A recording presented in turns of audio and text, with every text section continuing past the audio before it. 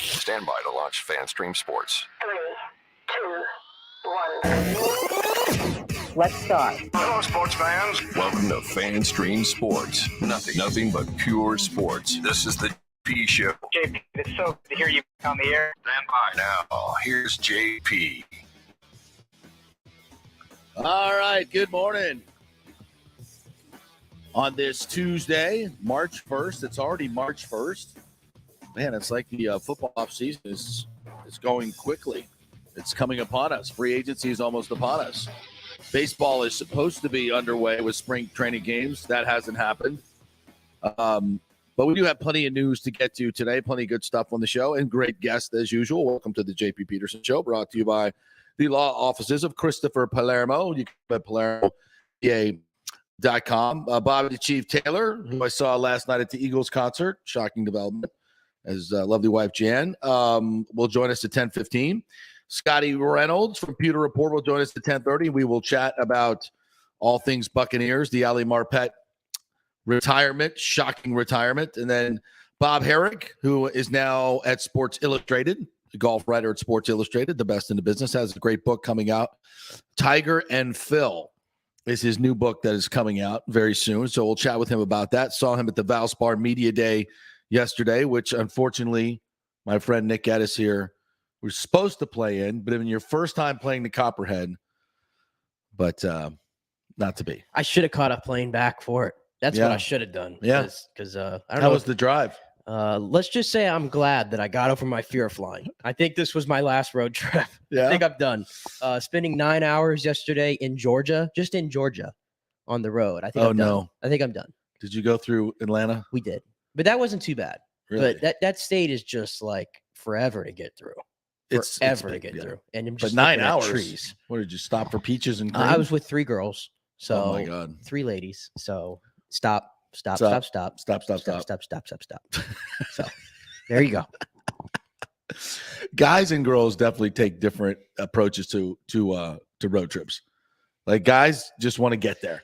Guys will pee in a bottle. Yeah, I'll pee in a bottle in the back if I could. But it's not like, just no, I gotta go. And it's not just stop and go to the bathroom. By the way, it's stop and let's look at this snack aisle and this drink aisle and complain about this bathroom being unsanitary. I mean, we're stopping at every Love's on the way there. It's what do you expect? Oh my God, it's the Love's. It's a truck stop. It's a truck stop. Yeah. So you need to. What do you think? You got to plan it out and get a newer. Busy Bee. Have you been to the Busy Bee? I have not been to the Busy Bee. No. Oh my gosh, those things are amazing. We got one in the Panhandle. They had like 4 Buc-ee's on the way there. We should have stopped. It's similar to a Buc-ee. You should have stopped at a Buc-ee's. Those bathrooms are amazing. An experience within themselves. I mean, but you stop at Buc-ee's with 3 girls. That's 2 hours. Game over. I mean, they're shopping there for days. I mean, and for good reason. I mean, that could definitely do it. Well, it's good to have you back, and the team is back together. Tally is here. A long time. Yeah, I know. So we got a full 2 hours today to get to. Lots of good stuff. We'll hear from John Cooper. We'll hear from the Lightning as they get set to embark on 31 games in 60 days. Yikes. Their schedule is just absolutely brutal coming up, but they've been off for like all of February. I mean, it's been 6 games in February, so they should be well rested, but the rest of the schedule is now very compact, but it is for everybody. So, the Lightning are in a good position. We talked about this about a month or so ago when all those games got canceled, that this is going to work out really well for the Lightning, and I think it will. They seem to be rested, ready to go. I don't think Chernak's issue is going to be a long-term one, so hopefully they'll get Bogosian back soon, and this Lightning team will get ready to rock. So that's good. It's somewhat breaking news today or this morning on the MLB lockout.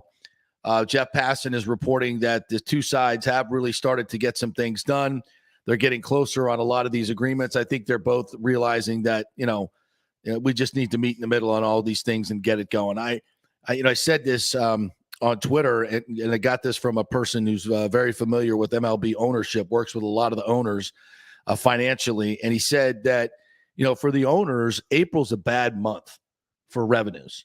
Because especially for the teams up north, they get big crowds for opening day, but then it's cold. The kids aren't out of school yet. It's not a great attendance month. The ratings are not there because like here in Tampa, people still paying attention to the Lightning, especially when they get into the playoffs. So from a owner's perspective, April, if they don't have to pay the players, because they have to pay them their full monthly share where their revenues are down. If they don't have to pay them in April and they just pick it up in May, they're fine with that. They're going to make more money overall for the season. And that's so I think that I don't think there's as much urgency for the owners as there is for the players. And that's wrong and greedy. It is wrong and greedy. It's 100% wrong. If you and told greedy. those owners they're not getting a paycheck for a month or two, right? Well, this would be over by now. So you're telling me that the owners are greedy and are not dealing in good faith? Shocking development. So everybody out there, there's 29 other Stu Sternbergs out there, just so you know. I don't think they're all that bad. I mean, not all that, but they're all greedy. They're all greedy. Speak the Stu. I kind of like that. The Stu. Let's call him the Stu. It kind of, that's when it kind of fits, doesn't it? Speaking of the Stu, kind of like the Grinch. If you have a the in front of you, you're evil. It's downhill from there. You're downhill. No way. The Stu. We'll call him the Stu. The Stu. The Stu. I was at Valspar Media Day yesterday, and I'd say there's a lot of big hitters there. Not only on the golf course, which we'll have to chat about that. My round with Rondé and Paul and Tom. A lot of big hitters, and we were talking a little bit about the Rays situation in the new stadium, hopefully going up at Ybor. There's a lot of the Stu. There's a lot of it. And I think there's a groundswell that there's a lot of local businesses and businessmen that have been hoodwinked, and a lot of them were signed on to that Sister City letter. Found out a little something about that yesterday, about who wrote that thing and what it was all about. And it was, what we reported from the very beginning was a lot of the guys that signed on to that really didn't know what they were signing on to. They were sold the bill of goods like it's going to be half season or nothing. They believed that false narrative. And they a lot of them signed on to it thinking that they were doing something good for Tampa Bay. Same thing with the Chambers of Commerce, who, by the way, have a real egg on their face after the Sister City went down. We never really talked about that. But the Chambers of Commerce that signed on to that, I mean, I said it when they did it, you guys are going to look like fools. And they look like fools. You abandoned your own Chamber of Commerce, in essence. You sold out your own city. Now, I won't say that about the guys as much that signed on to the the quote letter that was in the Times, written by some PR hack. Those I don't fault them as much because I think they were sold a bill of goods on what that was going to be. But the bottom line is there's a lot of people that are not happy with Stu that are very powerful in this city, and I think a large part of them would really, really like to see him sell the team at this point. And I think Major League Baseball, and when you look at what's going on with this strike, how they're taking down the dollars for the luxury tax, so that's going to be less revenue sharing money for Stu. They're putting in escalators for these players to get paid in a pool for the pre-free agent guys, the salary arbitration guys, where the Rays make all their hay with young players who are very productive, who get paid about a fifth of what they would be worth on the open market free agency. So all these things that the Rays have done to stay competitive are being changed. A lot of them are being changed, and it's not going in their favor. So if there was the writing is on the wall. Oh, and I guess the owners have also asked the Players Association as part of the deal to drop the grievances on the Rays, the Pirates, the A's, and the Marlins for them not spending their luxury tax money. So I think a lot of this stuff, and if that happens, obviously that's good for Stu, but a lot of this stuff is not favorable for him making the windfalls of money that he used to make. Mm-hmm. So maybe it's time for him to just sell. I think everybody in Tampa Bay would be ecstatic with that, and Major League Baseball as well. Yeah, I don't think you're seeing anybody crying over it. No, I won't say that at all. But dump the Stu. Yeah, dump the Stu. It's bad Stu. It's bad Stu. It's bad Stu. It's been sitting around too long. Yeah, but as it relates though to the lockout, I was reading a lot about it last night and keeping up with it because it's like there was some optimism they were going to get a deal done last night, and now they've extended the deadline till 5 today. Yep. So obviously they're arguing over millions and millions of dollars that they're still apart on. It looks like a 12-team postseason is the one thing that they've compromised on. I don't know why the players don't want more playoff teams. I don't get that. Did you see the 2 offers that the MLB put forward about that arbitration pool? If they did the 14, then the arbitration pool was only going to be 20 million. If they did the 12, the arbitration pool, which they're fighting hard for to go even higher, would be 40. Why would it be higher if they're getting more revenue from playoffs? I have no idea on that, but that was the 2 deals there. So well, that's why they want that. You got to pick the lesser of the 2 evils. We had Kyle Tucker on the show a couple weeks ago, local kid from Plant High School who hit 30 bombs for the Astros. He's going into, I think, his first year of arbitration, so he'll make more money, but not what he would make on the free agency market. So he may make. I think it's his first year of free agency or arbitration, but he might make, even after hitting 30 bombs, 8-9 million, but on the free agency market, he'd be getting like 20-25. So if he goes out and hits 30 bombs again, he'll get a portion of that bonus money, which is fair. Yeah. And you can almost liken this to almost like, I'll use the Kyler Murray example real quick. He's making I think $5 million, $7 million off his rookie deal, right? He has a gripe about that. Right. But we would all agree, okay, 5 to 7 million, that's still, pretty good, right? Right. The equivalent to him in the MLB are the Bo Bichette's of the world, the Vladimir Guerreros of the world. Those guys are getting paid $500K. Yeah, 570. Okay. So that's just to understand. Which is a joke. Yeah, even when you're a rookie phenom or you're 2-3 years in, that's what you're making. So when people use the millionaires versus billionaires argument, you've lost me. Yeah, you've lost me. Well, yeah, a lot of these, and Wander Franco is one of them. I know he just signed a new contract, but those escalators don't hit in for years and years and years. I think he's only making $1 million this coming year. So he's not making the big money yet. And by the way, I love how everybody says, "Oh, well, the Rays opened up their pocketbook. They're paying Wander all that money." They're never going to pay Wander all that money. Most of that money is backloaded, and he'll be traded when it comes to the big money part. Yeah, come on. With the Rays are winning 68. He'll be here for 10 years. No, yeah, my ass. When the Rays are, if Stu's still the owner, no. If they're conveniently winning 68 games in about 8 years, he's gone at the deadline just like every one of your favorites. Everybody else. Yeah. So, for the Rays, I honestly, do you give a rip if they start March 31st? I do. I don't. I do. I mean, I'd like to see baseball and have something to talk about. I want to see the Rays, but as long as, I'm going to be more focused in on the lightning stretch run and honestly, a Bucks off season, which we're going to get to here with Scott Reynolds here at 10:30. Yeah. I mean, to me, that's much more interesting. I get it, but I love my baseball. I love that it's on every single night. I know everybody says, 162 is too much. I love it. I mean, I just can't get enough baseball. And to me, opening day still feels special to me. Yeah. And I love having that on April 1st, March. Well, we'll still have it. It'll just be May 1st. I don't like that. I want to get back to normal. Yeah. Well, it looks like this deal's actually close to being done. So if it gets done today, they should start. Yeah. And by the way, just to repeat, baseball, don't be idiots. Players, owners, don't stop being idiots, for God's sakes, with what's going on in the world today. And you guys can't go out and play baseball for millions of dollars and make bazillions of dollars as owners. I mean, my God, you guys really come on. Tone deaf right now. Really, really tone deaf. It's flipping baseball, for God's sakes. Go play. Take your money. It just boggles my mind how greedy some of these owners are. I mean, you're going to make profit, millions and millions of dollars to sit around and watch baseball or play baseball. And you think there'd be an urgency to make up the funds y'all have lost in the last 2 years, right? You would think. Why would you want to keep going down there? I do not get that, because you never know what's coming down the road. We say to the owners, well, maybe they want to skip April. Well, guess what? What if another variant hits and we go, bonkers over that? Then you're shut down again. God, I can't believe I just said that. Oh, my Lord. All right, we'll take a quick break. When we come back, Bobby the Chief Taylor is going to chat with us as we're going to talk about, we're going to do an Eagles concert review from last night, see what his favorite part was. I know what mine was. So we'll talk about that when we come back with Bobby the Chief Taylor.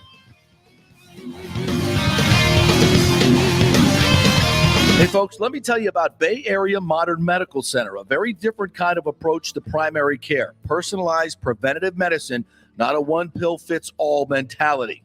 Christopher Lugo and his experienced medical staff are proactive in looking at issues before they become a problem, encouraging a healthy lifestyle with proper diet, supplements, and exercise to optimize your active lifestyle. Rather than the impersonal rushed approach, you will be the only patient and will have our full attention. That's new. Getting old is inevitable, but feeling and looking old is avoidable. Bay Area Modern Medical Centers are experts in anti-aging regenerative medicine that optimizes your body's performance in many areas. So call for an appointment to get started on a journey back to full health and a happy life with a new, modern way of healthcare. Call 844-977-3477 or go to BAMMC.com.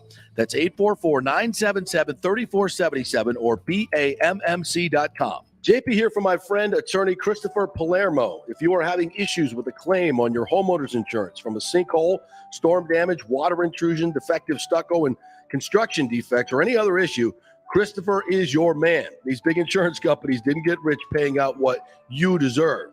Chris founded his practice in 2009 with a passion to help all Floridians with disputes where they were forced to take on the powerful and needed a champion in their corner. Chris wants to make sure you will receive the most aggressive and compassionate representations. He has recovered millions in settlements on behalf of his clients facing defective stucco damage and other construction issues. So call Chris, mention the JP Show, and he will give you a free consultation. That's 818.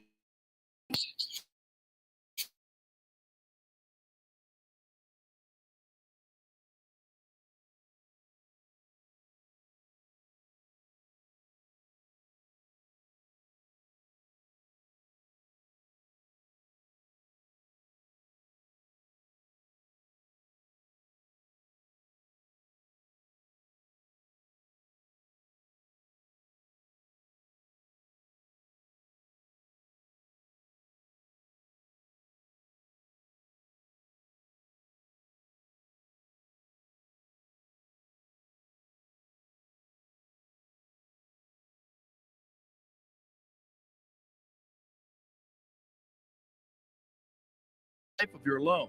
Now, Scott is an independent broker, so he can shop your mortgage around for the best rates, and he will pay for your appraisal if you mention you heard it here on the JP Show. That's a $500 to $700 value. Scott does not charge the huge upfront fees like the big banks do. In this uncertain economy and political climate, better to have cash in hand now. So call Scott at 813-294-7595 or email him at scott@amstampa.com. Coming back at you. Now, more with JP on FanStream Sports. It's only just begun. All right, welcome back to the JP Peterson Show, presented by the law offices of Christopher Palermo. If you have any issues with your homeowner's insurance company, they did not pay you what you should have been paid on a claim, or you're in a situation right now, it's always good to have an attorney working with you, and Chris is the best in the business. So check him out at PalermoPA.com and get in touch with him there. Please tell him JP sent you. All right, let's check in with our resident rock and roll critic, Bobby the Chief Taylor, who was at the Eagles concert last night with myself to get a full review of last night's festivities. What's up, Chief? How are you? I'm doing great, JP. What a concert, huh? Oh, my God. I'll tell you, I can't get over how good they were. Wow. And how tight their harmonies were. And most of them are in their 70s. Crazy, right? Yeah, I know. I mean, Joe Walsh can play. And then a lot of people that don't think really realized how Gil could play the guitar. He was unbelievable. I mean, I heard somewhere where he was a tremendous guitar player, but you never think of it. Yeah. Since Gil being that big of a guitar player, but he certainly showed last night. They're so talented. And I was joking with you. It's like at 71, they all still have their fastball. Don Henley still hits all the high notes. Timothy B. Schmidt still hits all the high notes. I mean, it'd be like you at 71 being able to kind of stop those 100 mile an hour slap shots, right? Still being able to do that. I don't see that happening. I mean, when I was in shape, I didn't do a very good job of stopping those. Yeah, that Hotel California, that lead guitar riff at the end between Joe Walsh and who was it? Who's the other guitar player there? Yeah, I know. I you know what? That's the one guy. You never know his name. Yeah, they were fantastic. Really good. Yeah. Wow. I know, but who was your favorite song? What was your favorite song tonight? Oh gosh, I don't know. I'm a big fan of Hotel California. That was awesome. Of course, they opened the show with that. Yeah. You know, and what was the song? You know what? There's not too. Other than that, most of them, I knew all the words. That was dancing, singing to them myself. I love it. Which is a little nervous because, you know, if I dance too long, it rains for 2 weeks. That's that Indian blood. I know. Hey, Chief, when they brought the orchestra in, the full orchestra, they take the curtain back and they brought the full orchestra in on a bunch of the different songs. Wasted Time was one of my favorite ones. Don Henley sings that so well, and that whole orchestra coming in at the end, and they had a choir, like a gospel choir. I mean, it was just. You know, it's like it's not a show where you go and guys are bouncing around on stage and there's, you know, booty dancers out there. No, I didn't see any booty dancers last night. But you just sit there and you just marvel at how good they are. Yeah. Oh, I know. It's crazy. And what was kind of cool was when Henley said, you know, we're not so sure if we'll ever get back this way. Right. Insinuating that we are getting old, he says, and he wanted to thank everybody for coming and all that. That was kind of cool at the end there. But Don Henley, I know when I was first watching these guys, I didn't realize he played the guitar. I always thought he was strictly a drummer. And he played the guitar probably as much, if not more, than he played the drums in last night. Yeah, he's so talented. He can just do everything.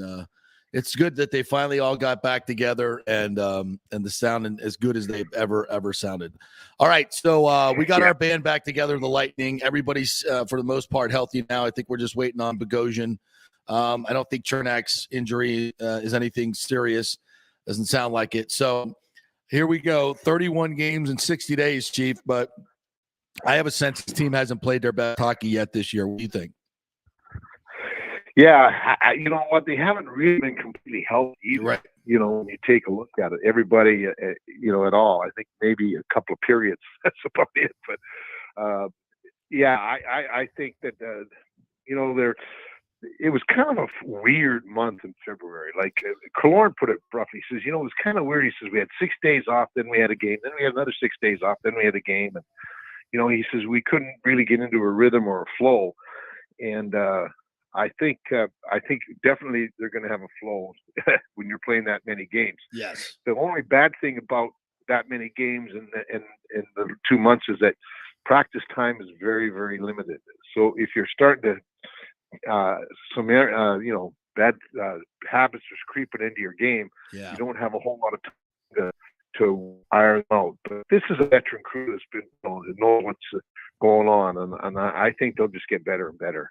Yeah, I think their chemistry is going to pick up because, you know, Pointer and Kucherov and all these new guys, you know, the school bus line, they haven't really played much together this season as a whole. So this is, and obviously the team that gets hot at this time of year is the one that usually, you know, wins the cup.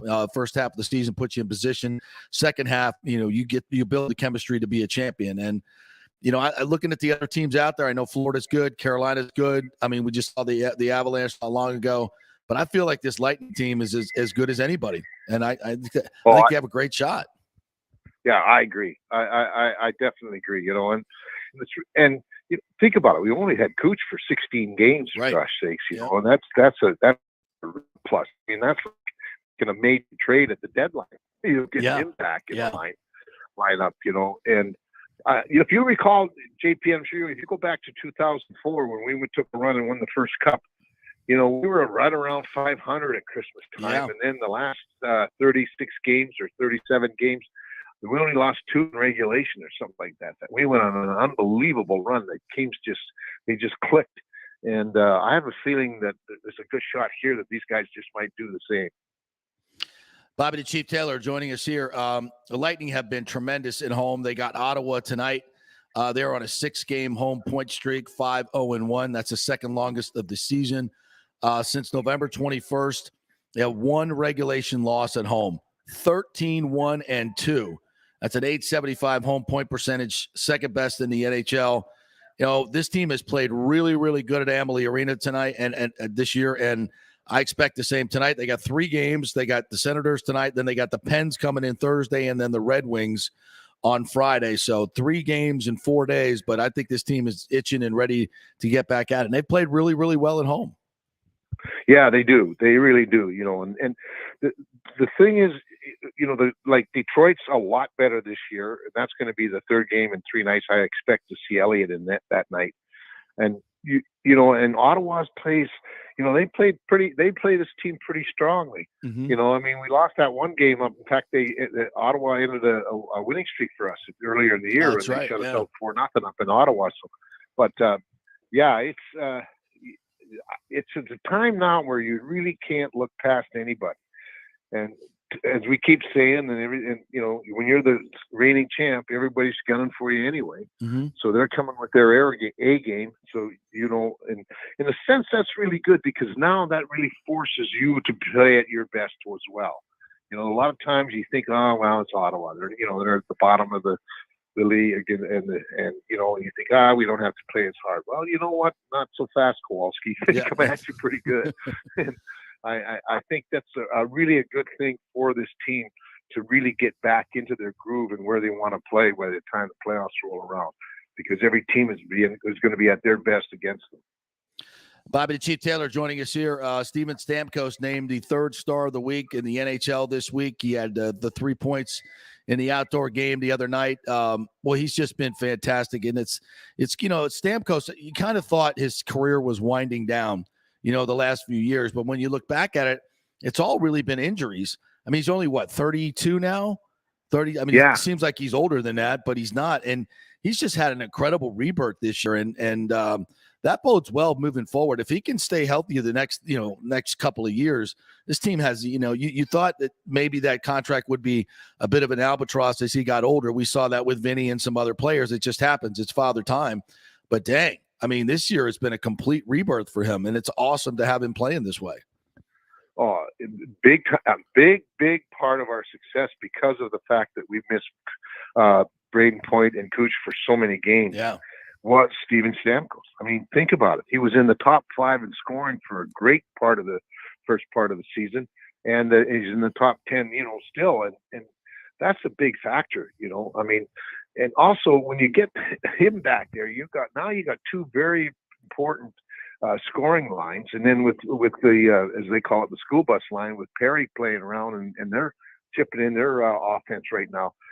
That's the big thing that helps them, and that's what helped them get those 2 Stanley Cups back to back, is the fact that their depth was so strong, and that it's very, very hard to, because most teams have one line that's your checking line, the line, and they've had these other guys. Their secondary scoring has really helped them become champions in 2 years, and I think you're going to see it again this year. They're going to be a big factor in any success they get come playoff time and the rest of the season. You think the Bolts do anything at the deadline? I don't see if there's anything really out there for them, and they don't need anything, so to speak. You don't want to mess up the chemistry of what you got going, and you don't have a whole lot in the salary cap pool anyway. I don't think – I expect Breezeball to do anything. What do you think? Yeah, I don't think so either. I saw some report somewhere that they thought that a great fit for this team as a depth player would be Zdeno Chara. Yeah. What? That is really coming off of left field. But, wow. That, I mean, I know he's playing a lot of minutes in the island, and here he wouldn't have to play that many minutes, but he would be a big addition if that was the case. Yeah. But very big. I'm with you. I don't think they've got enough salary cap space, yeah. and to really handle all that. And if something really jumps out off the page and somebody throws them, an unbelievable deal to them, I think they might do it, but I'm not so sure. It would take an awful lot of a real surprise move for them to do something, in my mind, because they're pretty happy with their chemistry and how this team is fits together and how successful they've been thus far with basically without all their lineup. Yeah. I'm so excited about these next 2 months, 3 months, maybe 4, to see another run. This is going to be so fun, and everybody in the building this year, it's going to be great. All right, Chief, great stuff as always, man. It was great to see you last night. Got the girls together, Jan and Ashley last night. We have to do a double date, partner. Well, because you and I can talk a lot of hockey, because those girls were talking up a storm. They love each other. She'll definitely be up for that. Absolutely. So let's do it soon. You got it, bud. All right. The great Bobby the Chief Taylor. We'll take a quick break. When we come back, Scotty Reynolds going to join us. The surprise retirement of Ali Marpet. What does this do to the Bucs' plans for the offseason? Is it now a rebuild instead of a reload? And the combine is underway. We'll talk to Scotty from Pewter Report right after this. The PGA Tour's Valspar Championship is back in March in 2022, March 14th through the 20th, right in the middle of the best weather of the year and the last stop on the Florida swing. The Valspar has become one of the must-do events on the Tampa Bay sports and social calendar, so get your best tickets before they sell out. The game's biggest stars love the Copperhead course in Innisbrook. Last year, we saw Dustin Johnson, Justin Thomas, Jordan Spieth. Wow, the crowds, and another star-studded field is expected again this year. Sam Burns took the title and will defend again at the Copperhead. This will be a full tournament. The return Valspar Live, our free Saturday concert featuring Chris Young and Big and Rich, and other amenities including Chameleon Cove, the Hooters Owl's Nest, the Publix Chill Lounge, and other hospitality venues. Go to ValsparChampionship.com for tickets. The best premium hospitality areas will sell out, so don't wait. That's ValsparChampionship.com. Are you selling your home or refinancing? JP here for Greenleaf Title. You choose the title company, not the realtor, and it makes a difference. You want a reputable company that will make sure your title is safe and secure. There are a lot of scammers out there right now, so go with a trusted company like Greenleaf Title. Plus, they will close anywhere, folks, and they will send a limo to pick you up to come to the closing. Yep, the great JP Limo Closing is back. All you got to do is give them a call at 727-258-6005 or go to greenleaftitle.com. We'll set up the limo for you. They'll come pick you up. Heck, we even picked up one couple, took them to Black Rock Restaurant, one of our favorite advertisers, and then to the closing. That's how they do it at Greenleaf Title. Great service. We'll close anywhere. The lowest fees in the business. 727-258-6005 or go to greenleaftitle.com. That's greenleaftitle.com. Getting old is inevitable, but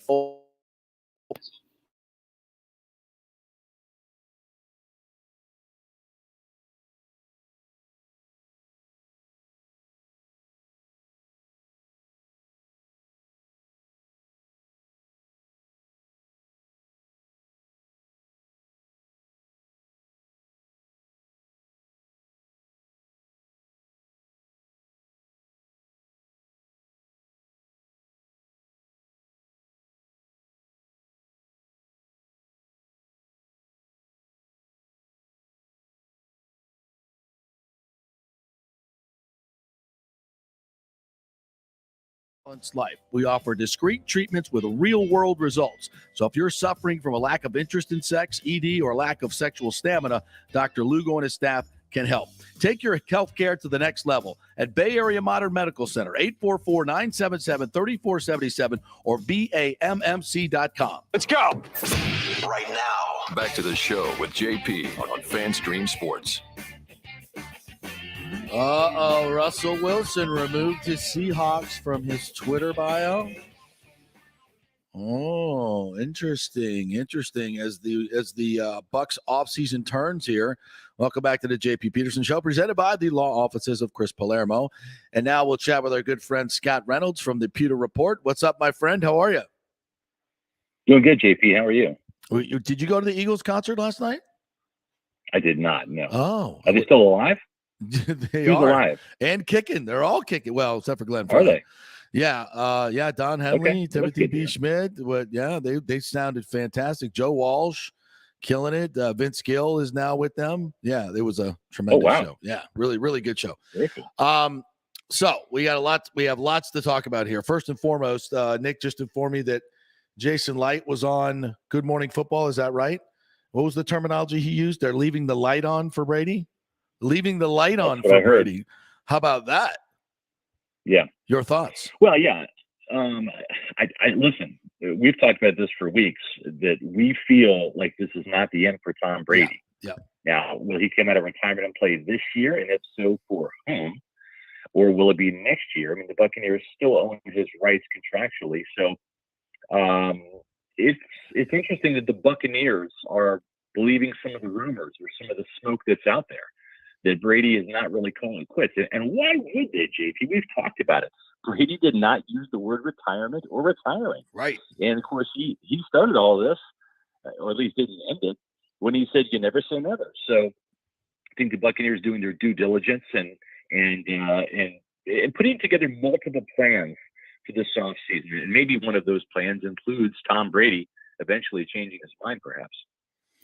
Yeah, it looks like that's where the Bucs are going, because I think part of the talking up Blaine Gabbert is part of that. So people think, okay, this is legitimate. They're going to go with Gabbert, and I don't think anybody really believes that, but they put a public face on it, and that's the only way if you're going to bring back Brady. And I think it's if you can't get Wilson, and it looks like that cost is going to be prohibitive, or you can't get Aaron Rodgers on some doable fashion that you can surround him with good players, then I think that's your number 3 option should be, let's see if Tom gets the itch come June or July, because I think he will.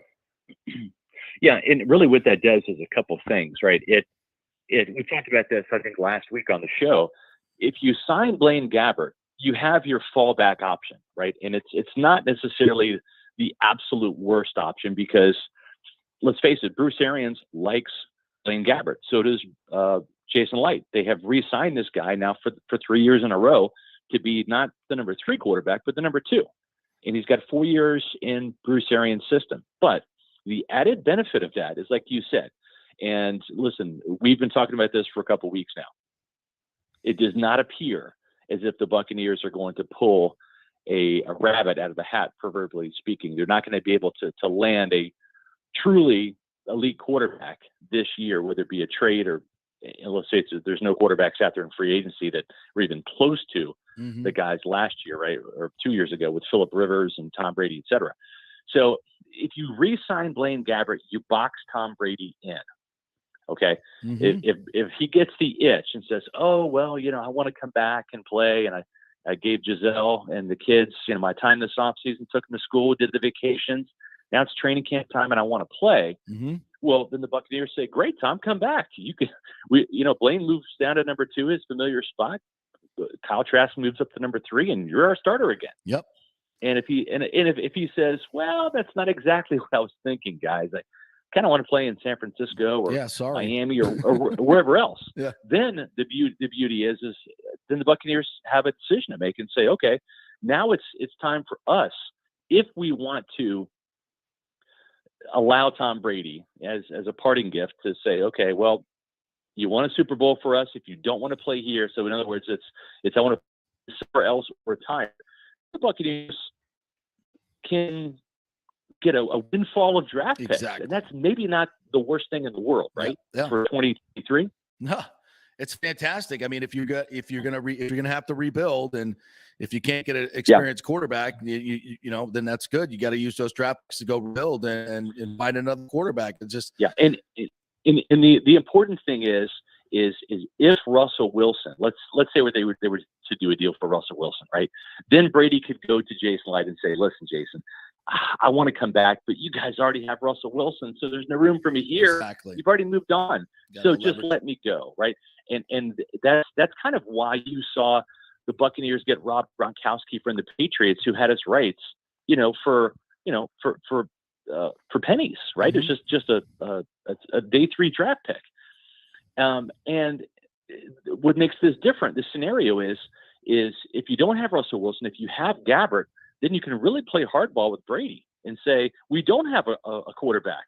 We're not ready to move on from you. If you want to come back, it's going to be here. And then if he really wants to kind of spit the hook and swim away, then the Buccaneers don't have to settle for pennies. It's like, listen, Tom, we love you, man, but like, we got to get something for you here, because you left us for Blaine Gabbert. We're stuck with Blaine now, so we need to get some real coin here if we're going to deal you, and that's going to come in the form of premium draft picks for whatever team Brady wants to go to. All right, Scott Reynolds joining us here, Pewter Report. Ali Marpet retires. A lot of people have been asking me, hey, man, is there anything more to this? Is this part of the Brady, the organization crumbling from within? I'm like, no, none of that is happening. Nope. The sky is not falling. I just, Ali, you've been around him for 7 years. He's a different kind of cat. He's a very cerebral guy. And I was talking with Rondé about this yesterday. I played golf yesterday, and he's, it took me 14 years to make $44 million in his career.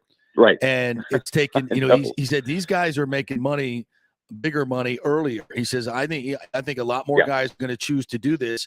And I think the CTE discussion is getting louder and louder and louder. And or you're getting more information about how really dangerous this is for these players. And I think they're realizing it. What do you think? I think you're right. And listen, Ali's had a concussion, right? I mean, he suffered from that. It's a real thing. And I think the money point is valid. And JP, you and I have been doing this a long time. We've been friends for a long time. You literally took the words right out of my mouth. Ali Marpet is a different kind of cat. He really is. And he's I mean that in a good way. He just kind of, I think he loved playing football, but I don't think he loved football, if that makes sense. I think that he's one of those guys that wouldn't do it for free, but he's very good at it, realizes that, and loved being a football player. But this love game, I don't think you're going to see Ali Marpet going into coaching. I don't think you're going to see him going into announcing. I think he's got other plans for himself that probably have nothing to do with football, and that's okay. A lot of guys are like that. But I think as this kind of ties back into Tom Brady, I don't know if he sensed that Marpet was going to retire. I have no idea about that. I do know that the team was given a couple of weeks of notice, of heads up that, hey, I'm contemplating retirement this offseason. And so it didn't really catch them by surprise on Sunday like it did the rest of us. Yeah. But I think Brady wants to see just what Jason Licht's going to do and how he's going to make this puzzle kind of come back and fit together. And it's going to be a different puzzle, right? It was easy. You knew who the starters were last year because they re-signed them. But I think even Brady's savvy enough to know that, hey, we can't bring everybody back. Salary cap says we can't.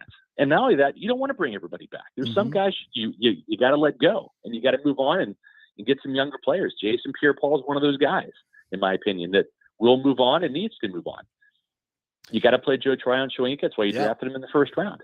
So I think if Brady is going to come back and possibly entertain playing for the Buccaneers, it's going to be much later after the draft. And I think that Jason Licht's quote here, and I'll read it from his interview from moments ago with Peter Schrager. He says, Tom is a special player, special person. We had a great 2 years here. Right now, we're trying to make our plans to move forward. If that's the case, we need to do and move forward. There's a lot of things we still have to get. We have some time here. Well, a couple weeks before free agency starts, you've got the draft, you've got the post-draft. We've added players after the draft in the past, some significant impact players after the draft and after free agency. So we're still in that process right now. So is that Brady selling this to the fan, or is that Licht selling this to the fans, or is that Licht selling this to Brady? Both. Yeah. No, I agree with you 100%. That's definitely going down. Hey, I know you guys are up at the Combine. Pewter Report is up at the Combine. What do you think the Bucs' priorities are now? Obviously, a starting left guard would certainly jump up there into the fray. Yeah, I think so. The interesting thing is, I think the Buccaneers have done a pretty good job of stockpiling talent at the guard position. Now, are you going to find anybody on this roster that's even close to Ali Marpet? No. But there are a couple of guys that I think can compete and you can get by with until you find a better option. And maybe they'll draft a guy, right? John Ledyard in our Pewter Report first-round mock draft had the Bucs taking Zion Johnson, who was a star at the Senior Bowl from Boston College, and that's even before we knew Marpet was going to be was going to retire. But the thing is Aaron Stinney can be re-signed on the cheap. You won a Super Bowl with him. You filled in for Alex Kappa. Nick Leverett, they're high on him as a developmental guy. Sedarius Hutcherson is a name to watch. He spent his rookie season on IR after injuring his knee in the preseason. He's in the mix. John Molchan's a guy they've had around. Robert Hainsey, if he's not your starting center, right? If they go out and get a center, keep an eye on Bradley Bozeman from Baltimore. That's a name to know. The Buccaneers probably want to get a more experienced guy in there at center, at least to compete with Hainsey. Right. Because it's important, right? The center touches the ball every single play. Huge position. So I think that there are some in-house options to replace one guard. The problem is if you have to replace both guards and your center, that's a tall order. It almost seems to me like the Buccaneers have to re-sign Alex Kappa right now. I think they were prepared to lose Ryan Jensen.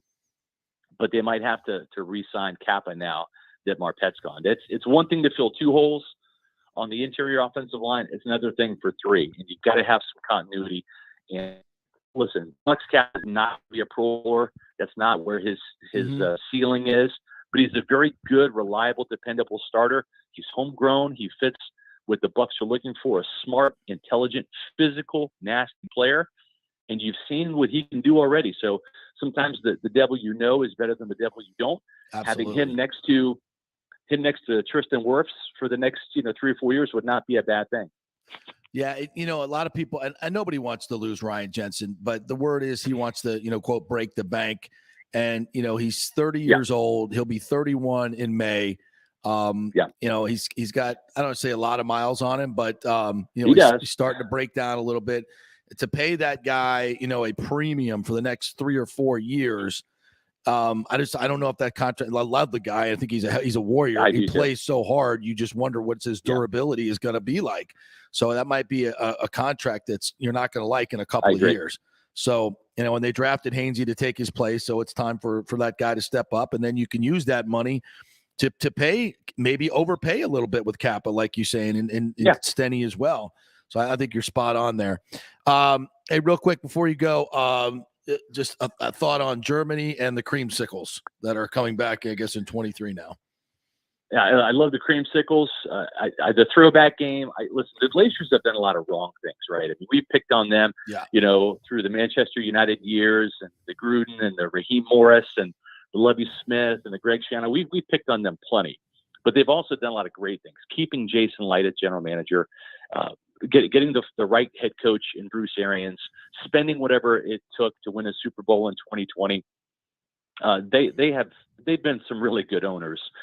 At the end of the day, look at their scorecard. One of the best things they did, honestly, JP, and you and I were there for it, back in 2009 when they brought back the throwback game. I remember walking into Raymond James Stadium with the 70s and 80s music playing, the disco and the soft pop, Chicago and stuff like that, and to see Josh Freeman go head to head with Aaron Rodgers and those creamsicles for the first time since 1996. And come back to beat Aaron Rodgers and the Packers in that throwback game. They've had a couple throwback games since then in the Shiano years, but I love the throwback game. They do a great job with it in the stadium. It's fantastic. I think bring the Buccaneer Bruce back for once a year thing is a great thing for nostalgia. And I think that the young fans will really dig it too. And playing in Germany, why not? But I'll tell you what, JP, if they're going to play in Germany, that game better be in October, right? I mean, you're talking about Oktoberfest in Germany, watching the Bucs with beer. Now we're talking. So if that game all in September the or November, and it better not be the Chiefs for October. NFL's screw Tampa Bay. It needs to be in October for sure. All right, my friend. I know you got some stuff to get to. Appreciate your time. PewterReport.com. Check out all their stuff on YouTube. They got lots of great podcasts as well. Superb work being done over there, and they're at the Combine all this week. Appreciate it, get JP. all their fresh info. Thanks, buddy. The great Scott Reynolds. You got it. Take care. All right, we'll take a break. When we come back, the big guests just keep on coming. Bob Harig, formerly of ESPN, now with Sports Illustrated, still the best golf writer in the business, has a new book coming out on Tiger, and it's going to be good stuff. We'll talk about that and more next.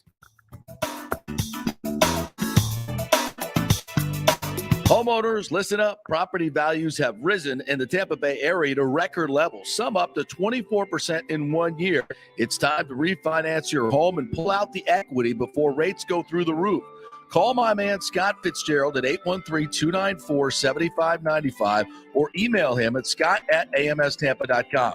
Scott believes interest rates will be over 5 very soon due to the volatile economy and inflation, but you can still lock in the mid-3s, but not for long. This means you can save tens of thousands of dollars over the life of your loan. Now, Scott is an independent broker, so he can shop your mortgage around for the best rates, and he will pay for your appraisal if you mention you heard it here on the JP Show. That's a $500 to $700 value. Scott does not charge the huge upfront fees like the big banks do.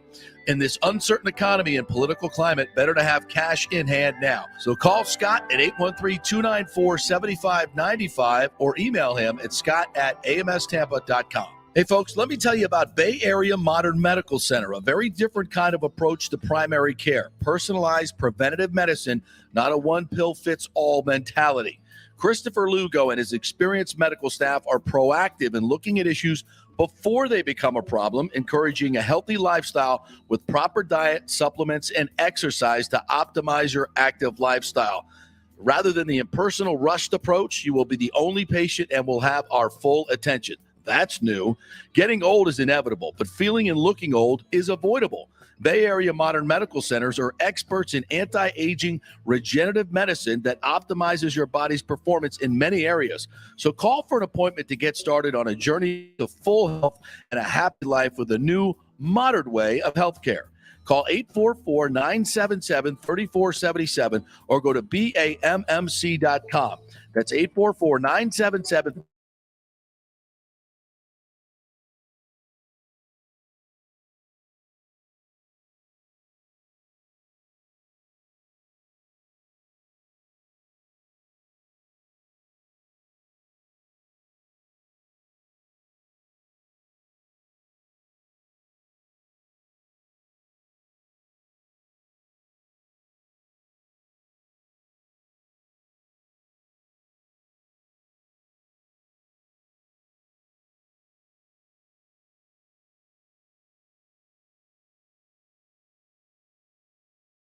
Stucco damage, and other construction issues.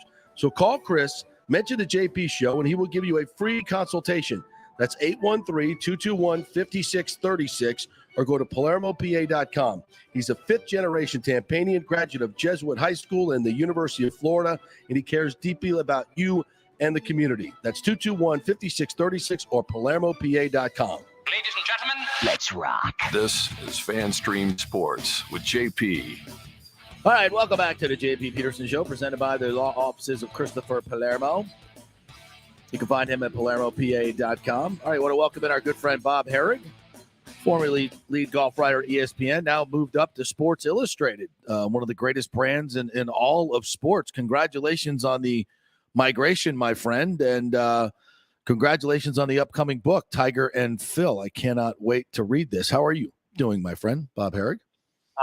I'm doing well. Thanks, JP. I appreciate the shout out there. That's very nice. Probably not deserved. Absolutely deserved. 100%. It was great to see you yesterday at the Valspar. Would have loved to played golf with you. Played with Rondé yesterday, and of course he's hitting it a mile like he always does. And we had a good time out there yesterday. That course is in fantastic shape, and I think this moving it back to earlier in March is way better for the golf course. You saw it yesterday. Would you agree? Yeah, I mean, I thought last year getting away from the Players and Championship and Arnold Palmer, I thought that had its benefits. It gave it some breathing room.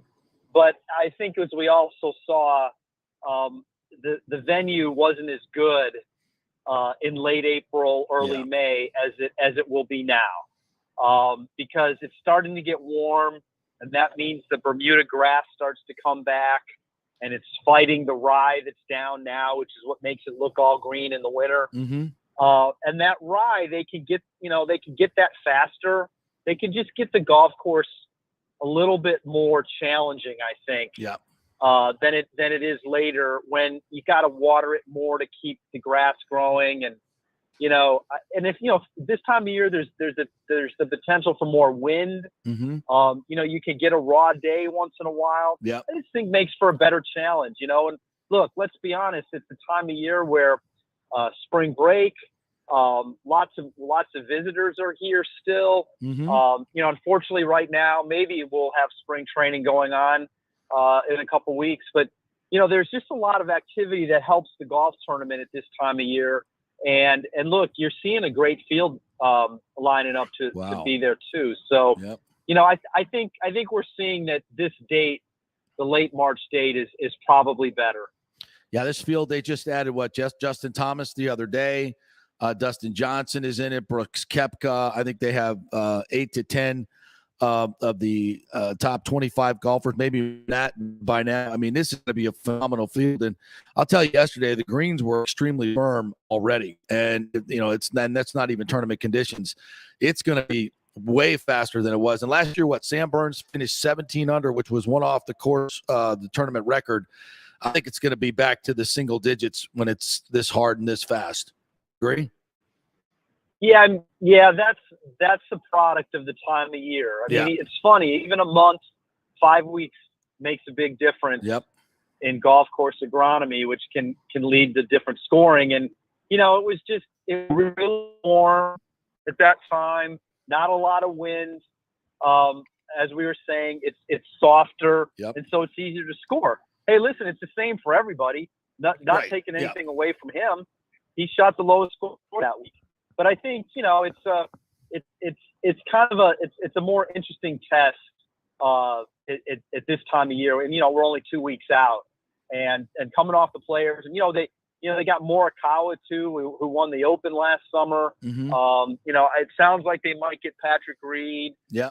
They're just adding a bunch of nice names, and that's a credit to them and the golf course because it comes at a really difficult time. I mean, let's be honest, the schedule is kind of ridiculous the way it's set up. Yeah. You go from Riviera, which they now call an elevated event, hosted by Tiger, $12 million purse. This week, Arnold Palmer Invitational, $12 million purse, elevated event. Next week, Players Championship, $20 million purse. Yeah. The Tour signature event. And then the Valspar, which no fault of its own, obviously has a lower purse than all of those. It's a regular tour event. And then the following week is a World Golf event, the match play. And you're supposed to compete with that, and yet they are. They're doing a great job of competing with it. And it's just unfortunate. The Tour kind of needs to spread some of this out. They probably need to move the match play. And if they did move the match play, then that Valspar field has a chance to get even better. And it's really good as it is.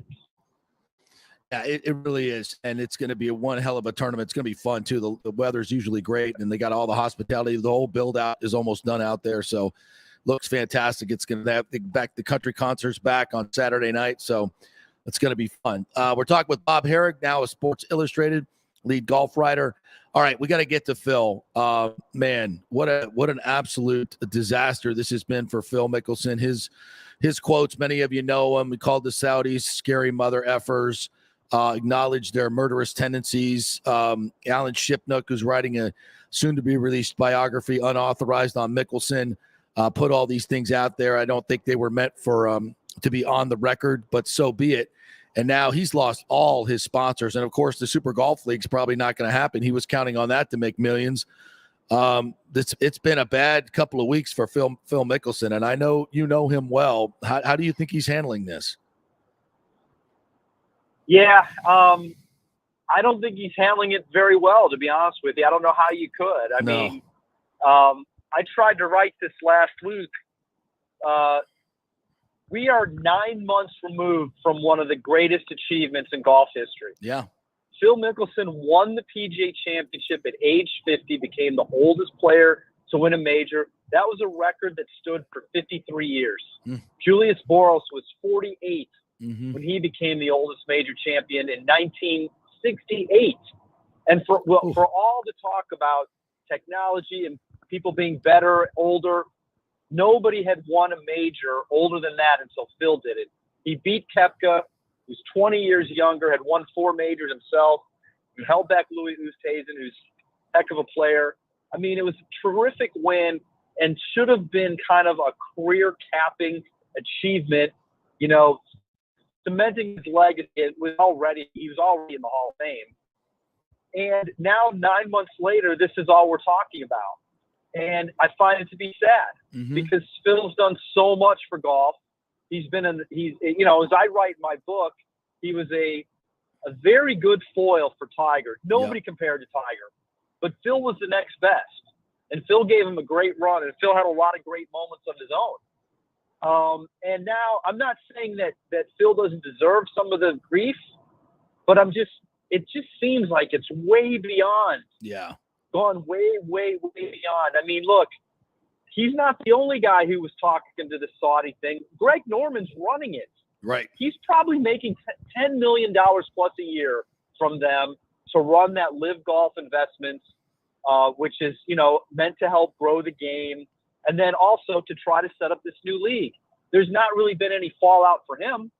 There's tons of other guys that have been associated with it.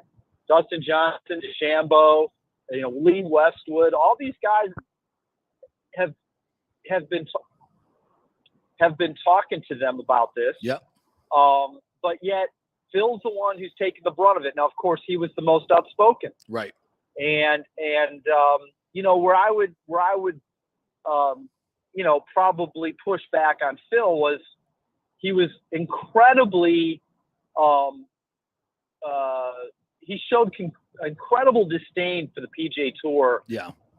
There was a way to criticize them without being so vicious. Yeah. Yeah. I thought, that's been Phil's platform. The PGA Tour has allowed a platform to endorse him all this money over the years. Without that, how do you have Callaway, KPMG, Workday, all the places that he's had over the years? They're not going to pay him that money without the exposure he gets through that medium. That's right. So that was kind of poor thinking on his part. He was also wrong about the media rights. Like that he's upset that he doesn't have access to his own media rights. Well, he probably needs to get in line there.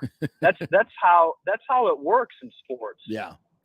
Like Tom Brady can't just go grab his highlights and make a YouTube channel out of it. That's right. If he could, he could probably make a lot of money, right? Right. But he can't because the league owns those rights. Yeah. And that is what, the networks pay them for that exclusivity so that people will only watch them. Right. And it's how all the money is generated. They wouldn't get the salaries they get. There's so much to that. And then, you mentioned, I think you said, he probably wouldn't have said the stuff about the Saudis on the record. Yeah. There's no chance in heck he would have said that on the record. And which leads to the whole journalistic thing about, what do you use and what don't you? Phil's a smart guy. The fact that he did not make it clear that he did not, come to an agreement before he spoke to Shipnuck is mind-blowing to me. I've had many conversations with him, Tiger, over the years where it's understood or they make it clear you're not going to use it. Right. And if you do, you're violating trust, which kills your credibility. Right. So I just think that was really – the whole thing has really, really been amazingly sad on so many levels. Why Phil felt this need to be going down this road at this point in time is puzzling. The money that he should have been making off improved endorsements from winning the PGA, you would think would be plenty for him. Huge. Yeah. So it's just and now we don't know if he'll come back. He played the Valspar last year. Yeah. I thought they had a nice chance of getting him again. We're not quite sure now how that's going to, play out because is he even going to play anytime soon? It's although I'll tell you what, it'd be pretty cool if he came back here. That would create quite the that would be quite the scene. I kind of think, Bob, in a weird way, though, with him getting canceled like this, and maybe, I think a lot of these companies are just cowards. They're going to cancel Phil Mickelson while they're still doing business with Saudi Arabia. I mean, all of them. It's completely hypocritical, but whatever. I think this kind of maybe in a weird way might add to his cult following. He's been canceled by all these major corporations. That brings a certain, attachment to it, right? People tend to support people that get canceled in huge ways. We've seen this. So maybe he comes back and he's even more a man of the people. The crowds are bigger because they're supporting him. And I can't even imagine Phil walking around on a golf course without a hat that says KPMG or any logos at all. Right. He might turn into a cult figure. What do you think? I do think that he will still have his support. I think people are willing to, forgive or, we can disagree and still appreciate someone. Absolutely. You know, we used I to be mean, able look, to. Tiger went through this in a different way. There was a lot of people that were incredibly down on him for what happened in 2009, 2010. A lot of companies dropped Tiger too. That's right. You know, and he weathered it. Yep. Now the difference is, of course, is Tiger was like, kind of in the prime of his career. Phil is not. It's going to be harder probably. He probably needs to come back and be contrite. But you're right. There is the hypocrisy about this to me is listen, the Saudi thing is a big elephant in the room. I've talked to the live golf people, and they've asked me, like, what do you think about this concept that they have? And I actually think it had some legs because the one thing golf doesn't have is guaranteed money for on the course. Right. Like every other sport has that. Even the baseball players who's the 20th guy on the roster, he's guaranteed some salary no matter if he plays, gets hurt, or whatever. In golf, if you do not play, if you get hurt, you are not getting paid. You are not getting paid. You are paying your own travel. And I can see where the top guys feel like they are not being rewarded for their value. And that's sort of what this new thing is about. It was going to be 14 tournaments, no cuts, guaranteed money just to sign up. You can see why it would be a point. Absolutely, yeah. So, but the Saudi Arabian funding of it, the Public Investment Fund, which is the sovereign wealth fund, worth $500 billion. Seriously, that's how much money they have.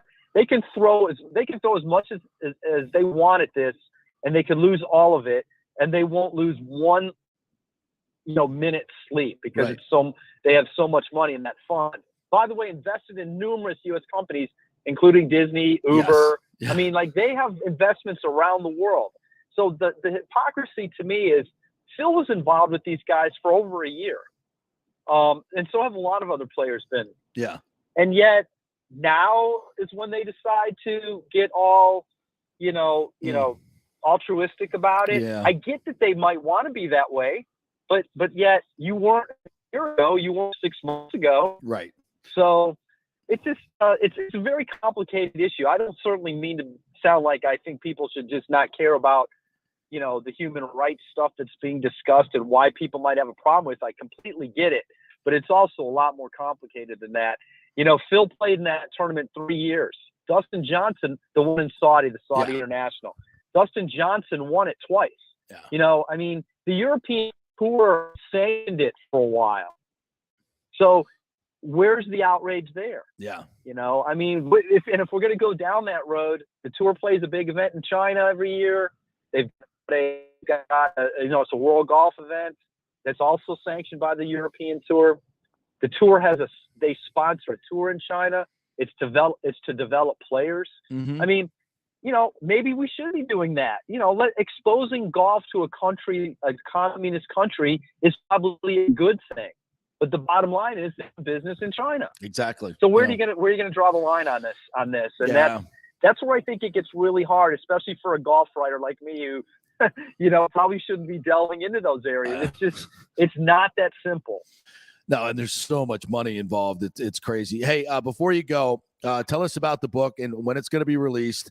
It's not going to be, the tell-all crap that Shipnick's putting out about Mickelson, which is all going to be very salacious. And I know you wouldn't say that about him. I just don't like the way he handled the situation. You know him better than I. But I like what your book about. It's Tiger and Phil. It's more uplifting. It's the great stories of this great rivalry. Tell us about it. Well, first, I think in Alan's book, there's going to be a lot of good about Phil too, but you're right. My book is not biographical so much as it is just sort of chronicling the intersection of their careers. And what's interesting to me is if you go way back, Phil was Tiger before Tiger. Yeah. Phil was unbelievable as a junior player, as an amateur. We think of Tiger's 3 straight U.S. amateurs, which is a phenomenal feat. Phil won a tour event as an amateur. He was a junior and won the Tucson Open and pro. He stayed in college for 2 more years, finished his junior year and his senior year, won 3 NCAA titles. He came onto the tour with as much or more fanfare as Tiger did. Yeah. And had won 9 times before Tiger even turned pro. This is the 25th anniversary of Tiger's first Masters win this year. And going into that Masters, there was every reason to believe that Phil might win it. He had just come off an incredible 4 times that year. He won the World Series of Golf on the same day Tiger 30 to a Sam. So, like, people forget how great Phil was and is. And then, Phil took his beatings from Tiger and then clawed back. And I try to chronicle all of that. There's one fun little story I'll tell that has to do with the 97 Masters. Please. The week before, Tiger shot 59 at Isleworth. And it should have maybe foretold what was coming, right? Right. Seriously, like 6 days before the Masters began, I believe it was on the 5-4 Masters week, Isleworth, one of the hardest courses in the state, shot 59. It's the only time Tiger's ever shot 59. Believe it or not, he's never shot 60. Wow. He has a bunch of 61s.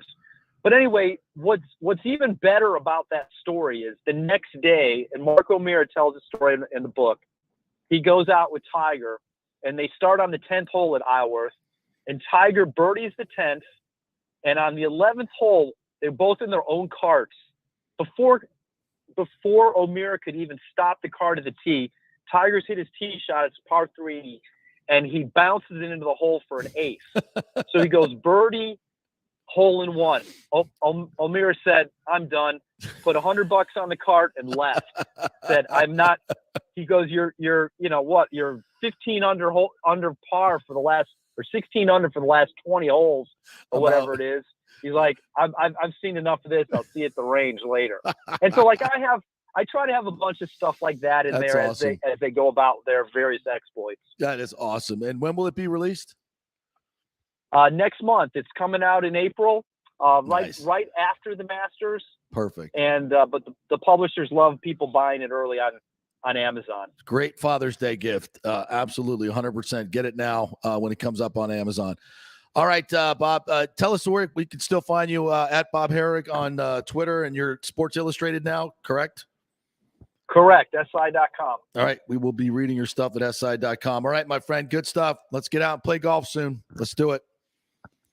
Okay, man. Thanks for having me. I enjoyed it. The great Bob Harig, as always. Yeah, always a great discussion with him, and he's got such a great and the Alan Shipnuck thing being what it is, these players trust Bob like implicitly. They know that he would never burn them with stuff like this. Why he gets such good stuff. He gets good information. So players trust him.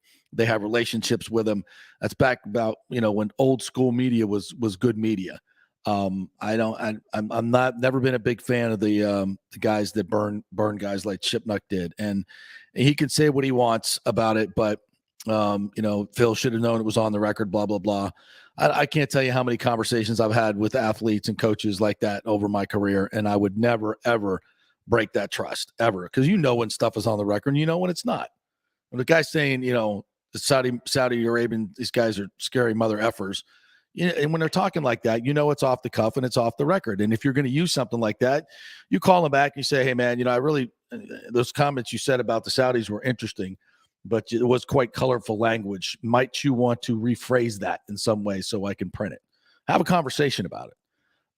What he did was just salacious. I think it's unethical, and maybe it'll help him sell a few books, but he's still got to sleep at night, in my opinion. All right, we'll take a break, and when we come back, Jason Licht spoke with Peter Schrager on Good Morning America. We will hear some of that conversation when we come back. The PGA Tour's Valspar Championship is back in March in 2022, March 14th through the 20th, right in the middle of the best weather of the year and the last stop on the Florida swing. The Valspar has become one of the must-do events on the Tampa Bay sports and social calendar, so get your best ticket before they sell out. The game's biggest stars love the Copperhead course in Innisbrook. Last year, we saw Dustin Johnson, Justin Thomas, Jordan Spieth, wow the crowds, and another star-studded field is expected again this year. Sam Burns took the title and will defend again at the Copperhead. This will be a full tournament with the return of Valspar Live, our free Saturday concert featuring Chris Young and Big and Rich, and other amenities including Chameleon Cove, the Hooters Owl's Nest, the Publix Chill Lounge, and other hospitality venues. Go to ValsparChampionship.com for tickets. The best premium hospitality areas will sell out, so don't wait. That's ValsparChampionship.com. Well, it's never been more important to support each other and support local businesses like Italiano Insurance that has been around for over 60 years, serving our community with great customer service and also giving back to our locals in need. Their Metropolitan Ministries Holiday Food Drive was another tremendous success this year. Why call a 1-800 number when you can call your trusted neighbors at Italiano Insurance who will save you money? In Boca Grande, 941-964-0400. That's 941-964-0400. Cryptocurrency is all the rage today. The market cap for the industry is now over $1 trillion. And you read about people making millions of dollars, right? You want to get in, but have no idea what to do? Or maybe you dabbled a bit and you want to unlock the real money-making opportunities and don't know how to do it. There are over 10,000 tokens and thousands of decentralized finance exchanges to navigate. So what do? You go to DeFiLava.com. The folks at DeFiLava.com are in Tampa Bay, and they work with you directly to set up custom accounts, answer all your questions, and provide market analysis. Decentralized finance and cryptocurrencies are here to stay and will change the financial markets as we know them. Get in the game. Get with the experts at DeFiLava.com and tell them JP sent you, and get their free 2022 crypto market forecast today at DeFiLava.com. Don't get left behind, folks. Some money at DeFiLava.com. Homeowners, listen up. Property values have risen in the Tampa Bay area to record levels, some up to 24% in 1 year. It's time to refinance your home and pull out the equity before rates go through the roof. Call my man Scott Fitzgerald at 813-294-7595 or email him at scott@amstampa.com. Scott believes interest rates will be over 5 very soon due to the volatile economy and inflation, but you can still lock in the mid-3s, but not for long. This means you can save tens of thousands of dollars over the life of your loan. Now, Scott is an independent broker, so he can shop your mortgage around for the best rates, and he will pay for your appraisal if you mention you heard it here on the JP Show. That's a $500 to $700 value. Scott does not charge the huge upfront fees like the big banks do. In this uncertain economy and political climate, better to have cash in hand now. So call Scott at 813-294-7595 or email him at scott@amstampa.com. Getting old is inevitable, but feeling and looking old is avoidable. If you're feeling run down, your workout sucks, or your sexual libido is not what it used to be, check out Bay Area Modern Medical Center. That happened to me a few years ago, and I found out I had the testosterone level of a second-grade girl. That's not good. Our food, environment, and stress can cause your T levels to drop. Bay Area Modern Medical Center can help, and they are different. They offer customized hormone replacement for both men and women. Christopher Lugo and his medical staff can help you restore your energy, your sex drive, and your feelings of well-being. It was a total game changer for me. I have way more energy, lost 30 pounds, and I'm performing better in all areas of my life. Nobody wants to talk about sexual health, but it's key to a balanced life. We offer discreet treatments with real-world results. So if you're suffering lack of interest in sex, ED, or lack of sexual stamina, Dr. Lugo and his staff can help. Take your health care to the next level at Bay Area Modern Medical Center, 844-977-3477 or BAMMC.com. The PGA Tour's Valspar Championship is back in March in 2022, March 14th through the 20th, right in the middle of the best weather of the year and the last stop on the Florida swing. The Valspar has become one of the must-do events on the Tampa Bay sports and social calendar, so get your best tickets before they sell out. The game's biggest stars love the Copperhead course in Innisbrook. Last year, we saw Dustin Johnson, Justin Thomas, Jordan Spieth wow the crowds, and another star-studded field is expected again this year. Sam Burns took the title and will defend again at the Copperhead. This will be a full tournament with the return of Valspar Live, our free Saturday concert featuring Chris Young and Big and Rich, and other amenities including Chameleon Cove, the Hooters Owl's Nest, the Publix Chill Lounge, and other hospitality venues. Go to ValsparChampionship.com for tickets. The best premium hospitality areas will sell out, so don't wait. That's ValsparChampionship.com. Ladies and gentlemen, let's rock. This is FanStream Sports with JP. All right, welcome back to the JP Peterson Show, presented by the law offices of Christopher Palermo at PalermoPA.com. Also brought to you in our second hour by Bay Area Modern Medical Center. Christopher Lugo and his team over there will get you healthy, fit, and as we learned during COVID, being healthy and being fit really can help you avoid serious disease in many, many ways. That's been a positive result of COVID, that people have gotten, while a lot of people put on weight, a lot of people have gotten more serious about their health, and Bay Area Modern Medical Center is a great place to do that because it's a different approach. It's not just, go in there when you're sick, get a script and leave.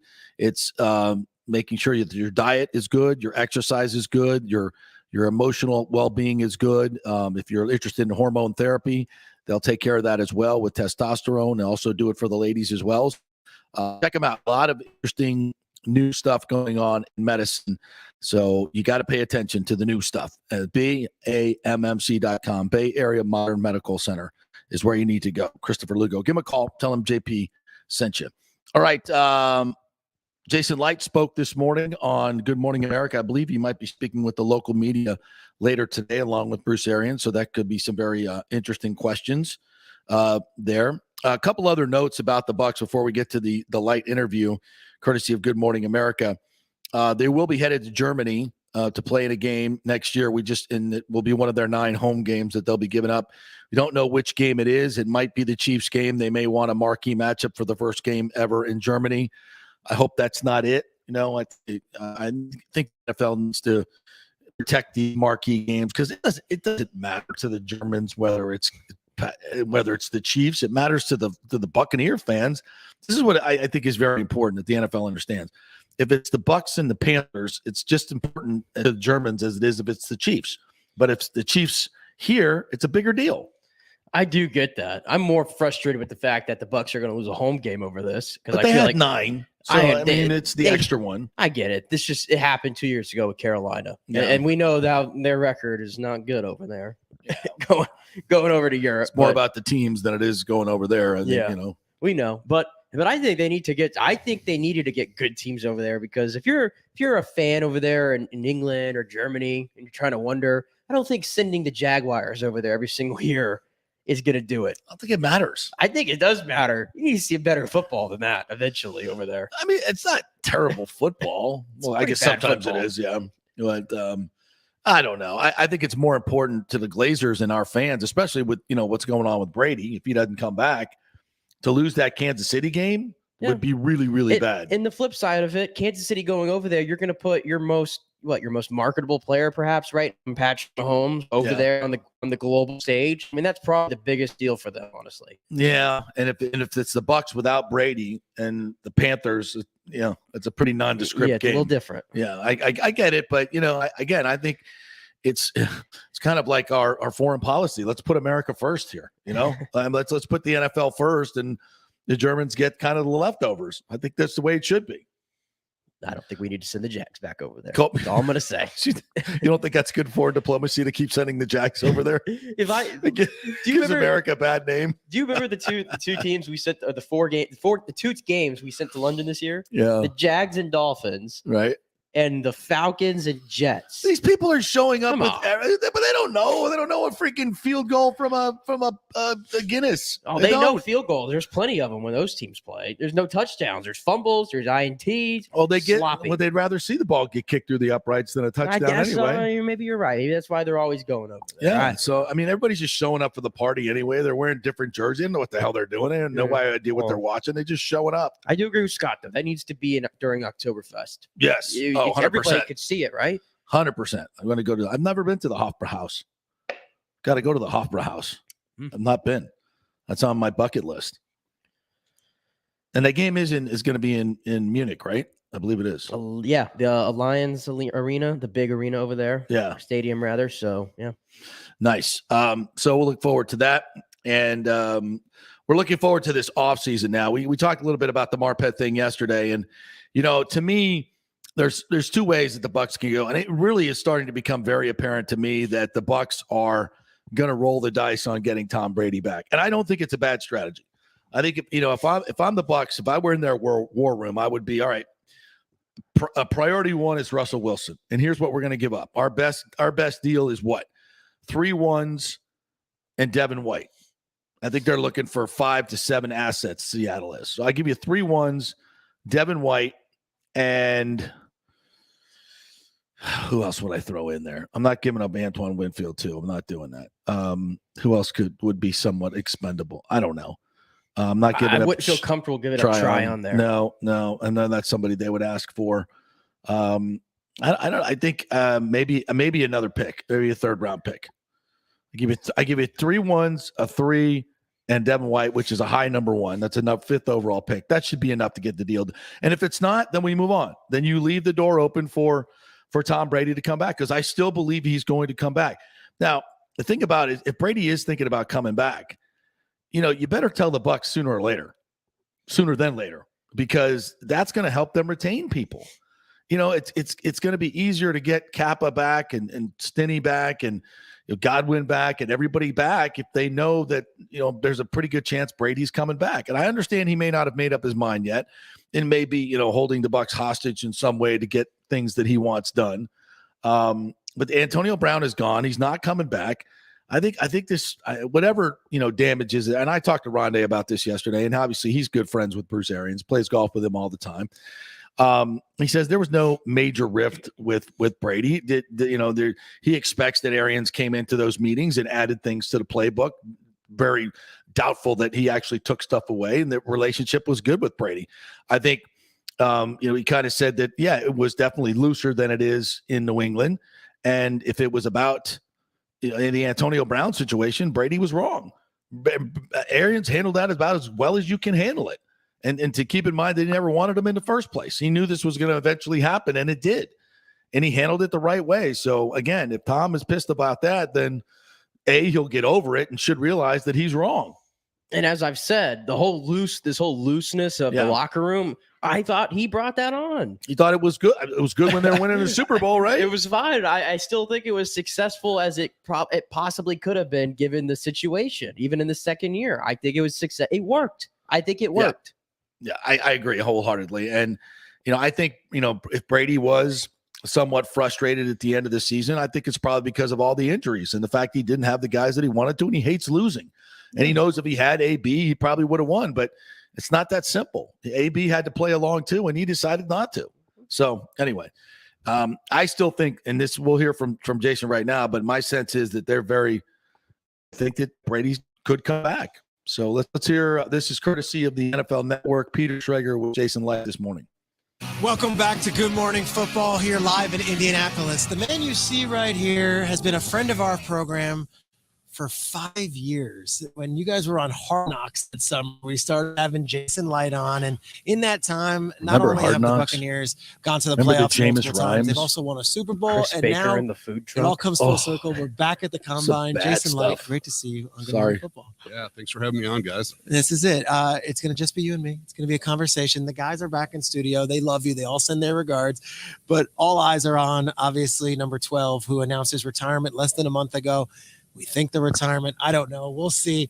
Never said where retired. Are we at in Tampa Bay right now as far as the quarterback position goes and bidding farewell to Mr. Brady? Wow. Tom is a special player, special person. We've had a great 2 years here. Right now we're, trying to make our plans to move forward. If that's the case that we need to move forward on. And, there's a lot of things that we still have to give. There's a lot of time here. Well, a couple weeks before free agency starts, you got the draft, you got post-draft. We've added players after the draft in the past, some significant impact players after the draft and after free agency. So we're still in that process right now. Yeah, I go back 2 years. So let's go back February 2020. The Combine's going on. The Buccaneers, Jameis Winston was a free agent. Teddy Bridgewater was a name. Tom Brady was looming. And you go in, and then by March, all of a sudden, Tom Brady's a Buccaneer. Did you know at the Combine 2 years ago, at this stage, that Brady was even a possibility? Were those conversations happening? Now that it's over, can we go back and open the book and be like, when did that all really start going down? No, it was in our plans. We had to have door number 1, door number 2, door number 3, all those different things kind of converging at once, and it came to a head when free agency started. So at this point that year, we had no idea. It was in the same, really knew about as much as you did. Yeah. And so it came to a head as soon as free agency started, and man, what a day that was. And what's this franchise like now with Brady now on the way out to then before he got here? What kind of impact did he leave on not only the players, but the organization as a whole? Well, tremendous. When we signed him, we talked about that, how the impact that he was going to have, me having firsthand experience being in New England with him for 7 years, what he's done for them and what he's done for us is just that. It's built a winning culture along with our coaching staff and BA, of course, but built a winning culture, set the standard very high. And now everyone knows what the standard is, and everyone works a lot harder at reaching that standard. Yeah. And you look at the veterans in that building, whether it's Levante David or Mike Evans, and you almost feel like now that they've got that Super Bowl, there's almost a different air to those guys, not only in the building, but around the league. Yeah, absolutely. It's Jason Licht. It's definitely a different feel in our building. And Peter it started, I would say, even pre-Brady when Bruce came on board, and then Brady, and then all of us, we have a ton of players that we owe credit for getting us where we have been in the last couple of years. It's not just Tom, but Tom's brought the best out of everybody. So Blaine Gabbert's a free agent at the moment. Kyle Trask, you guys selected in the 3rd round. For the viewers at home and maybe Bucs fans, like, what did you guys see from Kyle Trask? Because maybe he isn't the starter, but at least we know he's on the roster right now. What are we getting from him after 1 year of learning from Brady, the greatest of all time? Well, Kyle was a really productive, prolific SEC quarterback. We took him last year in the 2nd round. We felt like we got great value with him. We love everything that we've seen from him this year. He's soaked it in behind Tom, behind Blaine, behind Ryan Griffin, some veterans, really smart veteran quarterbacks. And then to see what it takes to reach a high level with Tom has been, it's just invaluable. He's got a good arm. He's very smart. He works very hard. So I'm very excited to see what he can do for us this offseason. Yeah, it's an opportunity for him, and we'll see what you guys do if there's a free agent you bring in, and we'll have to assess it after that. I find the NFC South really interesting right now because Brady leaves, and it's like, all right, it's wide open, right? And it's like, no, actually, the Buccaneers still have a lot of core players on that roster, but you do have several free agents. And as you go into this week and then free agency in a couple weeks, not that you have to list your priorities, but we know the names. We've seen them, whether it be Gronk or Godwin or so many of these other talented players. Where do you kind of set the stage here and say, hey, are we rebuilding, or are we still in this thing where we can win even without Tom Brady as our quarterback? Yeah, we still feel like we have a chance to win this year, and we're in a division where we think we can compete. We have a lot of players that are free agents, but we have a lot of priorities. It's just depends on how the puzzle fits together. We want to win this year. We want to compete this year for the title, but we also want to keep our eye on the future too. We don't want to mortgage too much too soon. Yeah. So it's just going to depend on what the market bears, but we're going to try to bring a lot of these guys back. This is not your first combine. You've been doing this for 20 plus years. Like, do you still get excited being here in Indy, looking at this and saying, this is roster building time? This is where our GM really makes his bones. When you get here and you see the same hallways and the same faces, does it still give you a thrill even after the Super Bowl championship with the Bucs? Yeah, it does. It's fun to be here. I was thinking about it on my way here today. This is my 27th year. 27. What teams were you with? It started with Miami, Carolina, New England, Arizona, Philly, Arizona again, New England again. So, and I actually worked for the Combine for a couple of years too. Did you work for the actual NFS Combine? So I think I've almost logged a full year in staying in hotels here. So I don't know if that makes me a full-time resident or not, but so I spent a lot of time here. I do like it. It's a great setup here. Yeah. And this draft class, I know you guys are drafting at the end of the first round. Not a quarterback draft, not a running back draft, but a lot of big boys, a lot of pass rushers, a lot of offensive linemen. How would you assess this draft class as a whole? There's some good skill on offense. There's some good edge players on defense. There's some good skill players on defense as well. It's I would say it's not super heavy at the top, but there's a lot of good mid-round picks, I think, that are going to be had this year. Yeah, and I think, Daniel Jeremiah does a lot of the work, and Daniel well, and he was saying, top 20 might be up for grabs, but from 30 to 90, guys can go in any sort of order right now because there's such depth at those positions. And I think that's exciting for a GM because, you know, as much as it's about Brady and obviously Gronk, a lot of those guys were homegrown on that championship team, and they're still homegrown. And it's really built here at the Combine.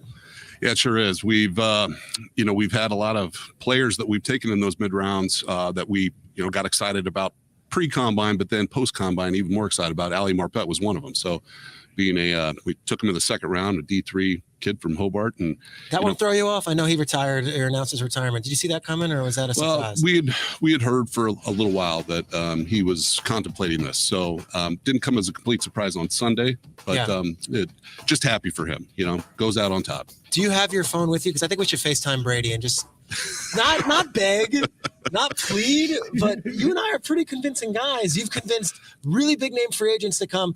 I have convinced Kay and Kyle to drink coffee in the morning at ungodly hours. Do you think maybe we could put them on? We'll see what the future holds. Well, let's just say we'll leave the light on. Is there hope? Honestly, is the light on? Is there hope? We always leave the light on for a guy like Tom Brady. That's it. We'll leave the light on for you. As we speak hotels here in Indianapolis, that's the perfect way to end it. I'm so happy to have you on. Jason Licht. All right, there you go. There you go. They're leaving the light on for Tommy. I really sense that's the way this is going. And now, I tell you what, Jason Licht, he's got some work to do. He's got some work to do, and he's got to create an environment really that just really reeks of we're reloading here. We're reloading. We're going to get all the guys back. We can make this team better. I know that's going to be hard to do. But they can. I mean, there's a lot of moments, there's a lot of people that want to play in Tampa Bay. And if they think that for 1 second that Brady could be coming back, it's going to help their cause. And even if, they think it's going to be Blaine Gabbert, I know it may be hard to get a third receiver of the likes of, I don't know, who are we thinking out there? Juju Smith-Schuster, someone like that. Yeah, that might be tough. But that might be room for Scotty Miller to step up. I mean, it's not like they weren't good when Brady and Miller and Godwin were doing their thing. It was pretty damn good. They had Gronk. And who knows? I don't think Gronk comes back for Blaine Gabbert. I mean, I've been told that Gronk's done unless Brady comes back. So that would be a package deal. I mean, we all kind of assumed that they were going to draft receiver in the first round, I think, before Marpet's retirement. And I know some people even said, I think Scott had said that John Ledyard was going guard regardless. Yeah. Because he wanted to stockpile that position. And now they kind of have to go there. But receivers pretty loaded in this draft. Yeah. And guys are coming in the league now and putting up 1,000-yard seasons. Yeah, you can get a good one in the second, third round. I don't think you should probably pay $7 to $10 million for a third guy like a Juju and injuries and culture concern. I don't think you do that, to be honest. Well, you only do that if you're bringing Brady back. Exactly. And you're going all chips in for one more year. And I know that I keep saying I don't think he's coming back, but we're talking about it still because everybody that has a say in this or has influence or runs the decision board, you just heard it from Jason Licht. The light's on. The light's on. Yeah. He's not saying we're definitely moving on. He said if. And the Gabbert thing is a smokescreen. I really believe that. I think it's a smokescreen. I just don't think that that's something that the Bucs is palatable to their partners, number one. And no offense to Blaine Gabbert. And I just think if there's a chance to get Brady, you leave the light on. And he talked about Kyle Trask there as well. And I do feel like it's almost getting more likely if Brady's not coming back, then maybe you do pivot and see, okay, let's see what Kyle Trask has, right? Mm-hmm. Let's see if we can win with him. Maybe we can. The NFC South's going to be weak this year. Right. You can maybe still pull out, 8 to 10 wins, maybe get you a division victory. You're still in the hunt and you can regroup if you find out Trask is not the guy next year. Who knows? They have a lot of options they can go to, but Brady's got to let them know something. If it's still open for real, we need to know that in the next few weeks. Yeah. And we'll see how it plays out. I think that it's probably the way the Bucs are going to go. And again, just my conversations with Rondé yesterday, we were playing golf out at the Valspar. He's the tournament chairman out there, folks. If you don't know now, so he's all in. Be wearing a kilt on St. Patrick's Day on the Thursday. Can't wait to see that.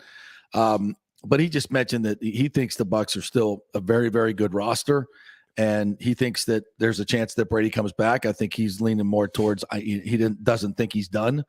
We'll get Rondé on in probably this week or next, and we'll get it. We'll hear from his mouth what he thinks. But this is a crucial time for Jason Licht, and they've got to hit big at in this draft, and then wait to see if Brady comes back. It'll be fun.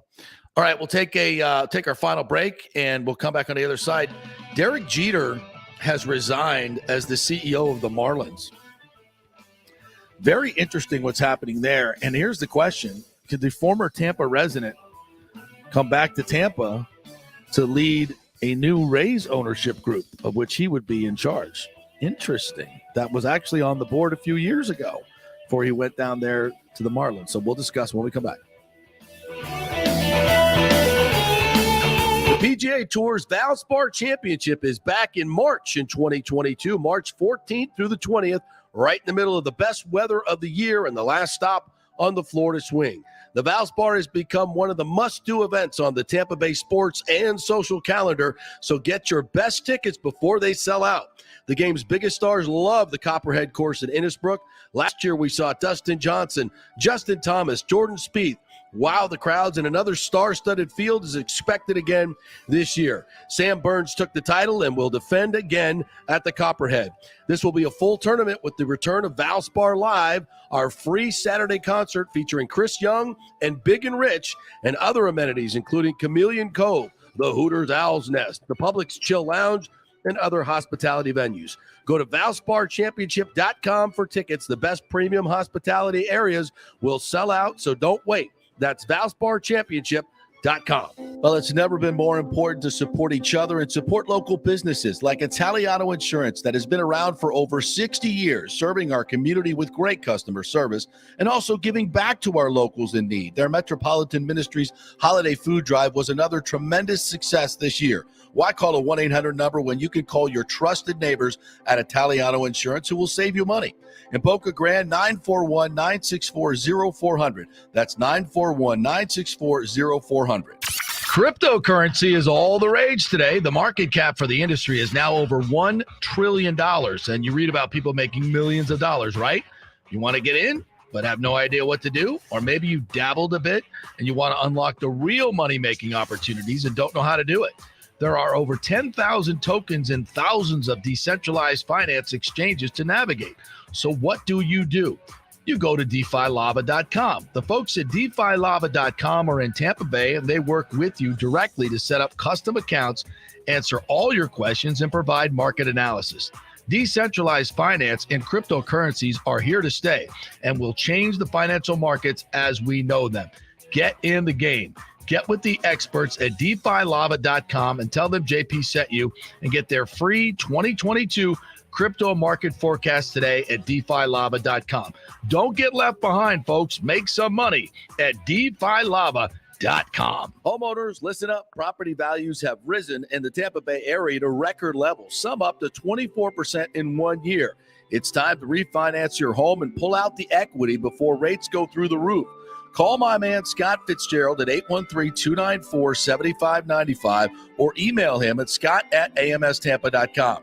Scott believes interest rates will be over 5 very soon due to the volatile economy and inflation, but you can still lock in the mid-3s, but not for long. This means you can save tens of thousands of dollars over the life of your loan.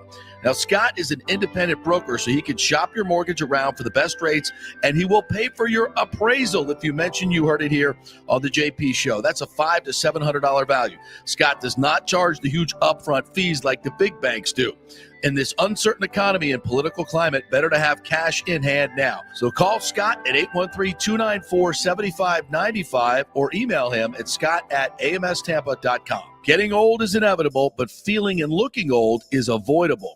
If you're feeling run down, your work sucks, or your sexual libido is not what it used to be, check out Bay Area Modern Medical Center. That happened to me a few years ago, and I found out I had the testosterone level of a second-grade girl. That's not good.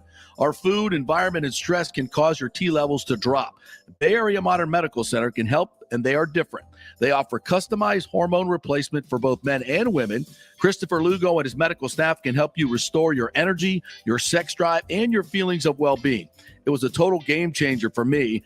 I have way more energy, lost 30 pounds, and I'm performing better in all areas of my life. Nobody wants to talk about sexual health, but it's key to a balanced life. We offer discreet with real-world results. So if you're suffering from a lack of interest in sex, ED, or lack of sexual stamina, Dr. Lugo and his staff can help. Take your health care to the next level at Bay Area Modern Medical Center, 844-977-3477 or BAMMC.com. The PGA Tour's Valspar Championship is back in March in 2022, March 14th through the 20th, right in the middle of the best weather of the year and the last stop on the Florida swing. The Valspar has become one of the must-do events on the Tampa Bay sports and social calendar, so get your best tickets before they sell out. The game's biggest stars love the Copperhead course in Innisbrook. Last year, we saw Dustin Johnson, Justin Thomas, Jordan Spieth. Wow, the crowds, and another star-studded field is expected again this year. Sam Burns took the title and will defend again at the Copperhead. This will be a full tournament with the return of Valspar Live, our free Saturday concert featuring Chris Young and Big and Rich, and other amenities including Chameleon Cove, the Hooters Owl's Nest, the Publix Chill Lounge, and other hospitality venues. Go to ValsparChampionship.com for tickets. The best premium hospitality areas will sell out, so don't wait. That's ValsparChampionship.com. JP here for my friend, attorney Christopher Palermo. If you are having issues with a claim on your homeowner's insurance from a sinkhole, storm damage, water intrusion, defective stucco, and construction defects, or any other issue, Christopher is your man. These big insurance companies didn't get rich paying out what you deserve. Chris founded his practice in 2009 with a passion to help all Floridians with disputes where they were forced to take on the powerful and needed a champion in their corner. Chris wants to make sure you will receive the most aggressive and compassionate representations. He has recovered millions in settlements on behalf of his clients facing defective stucco damage and other construction issues. So call Chris, mention the JP Show, and he will give you a free consultation. That's 813-221-5636, or go to PalermoPA.com. He's a fifth-generation Tampanian, graduate of Jesuit High School and the University of Florida, and he cares deeply about you and the community. That's 221-5636 or PalermoPA.com. Are you selling your home or refinancing? JP here for Greenleaf Title. You choose the title company, not the realtor, and it makes a difference. You want a reputable company that will make sure your title is safe and secure. There are a lot of scammers out there right now, so go with a trusted company like Greenleaf Title. Plus, they will close anywhere, folks, and they will send a limo to pick you up to come to the closing. Yep, the great JP Limo Closing is back. All you got to do is give them a call at 727-258-6005 or go to greenleaftitle.com. We'll set up the limo for you. They'll come pick you up. Heck, we even picked up one couple, took them to Black Rock Restaurant, one of our favorite advertisers, and then to the closing. That's how they do it at Greenleaf Title. Great service. We'll close anywhere. The lowest fees in the business. 727-258-6005 or go to greenleaftitle.com. That's greenleaftitle.com. Pure sports. JP is back on. Welcome back. FanStream Sports. Good Morning Football showing a little creamsicle video. Nick Geddes getting all giddy over there. I think one of the things I don't understand about, because I did not live here prior to 1997, so I was not here for the quote creamsicle days, at least covering them. I watched it from afar and just laughed at the embarrassment that were the creamsicles. You had zero, well, I shouldn't say zero success, because there was the Doug Williams team and the Leroy Selman who made it to the NFC Championship game. But after that, it was a disaster. It was. So why this nostalgia of like, ooh, let's bring back our 2-win mojo? Nostalgia sells. Hey, it does, but it's like this. we're celebrating what 2 wins of the year. I'll give you a good example. The Devil Ray stuff that you don't like is wildly popular. And like, I have so much Devil Ray gear. Right. And the winning percentage prior to that was $3.99. And post, it's like $5.49. Yeah. It just kind of everybody like, There's a stench on both of those uniforms. A stench. They're a stench, but they look good. It's a stench. Good. I got 2 creamsicle jerseys. Does losing look good to you? Huh? Does losing look good to you, kid? You can't look good when you're a loser. You're a loser. They look good. They're ugly. They're not ugly. And those green socks, those aquamarine, whatever the hell those things are, the Devil Rays. Icy.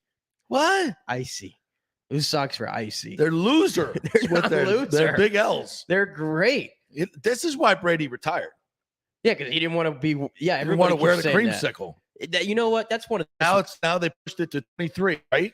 Yes. So now he can come back. This is one of the biggest. This is one of the biggest what ifs in Tampa history. This is the biggest thing people are not watching. Now that that's been moved to 23, Brady will announce he's coming back tomorrow because he didn't have to wear the creamsicle. He can stay retired. I want the creamsicle. I want it yesterday. I got a Ronde creamsicle jersey. You know that thing slaps, JP. That thing slaps. I should ask him if he liked wearing that trash.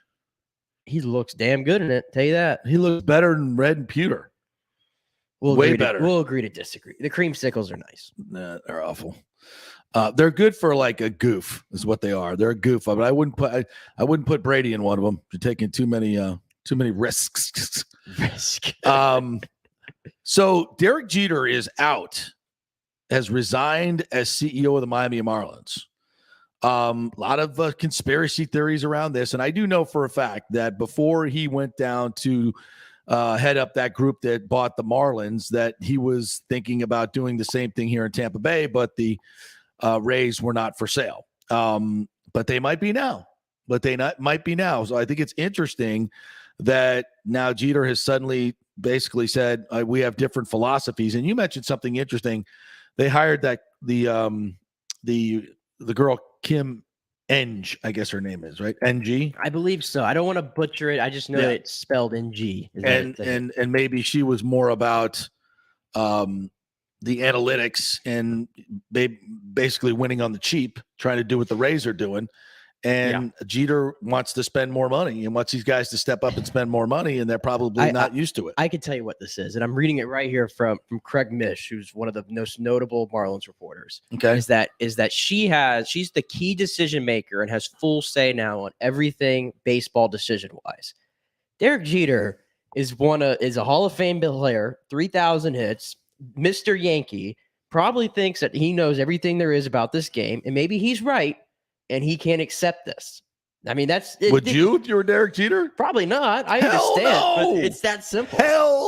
It's that simple. No. And do not come at me with some misogynistic, bull crap.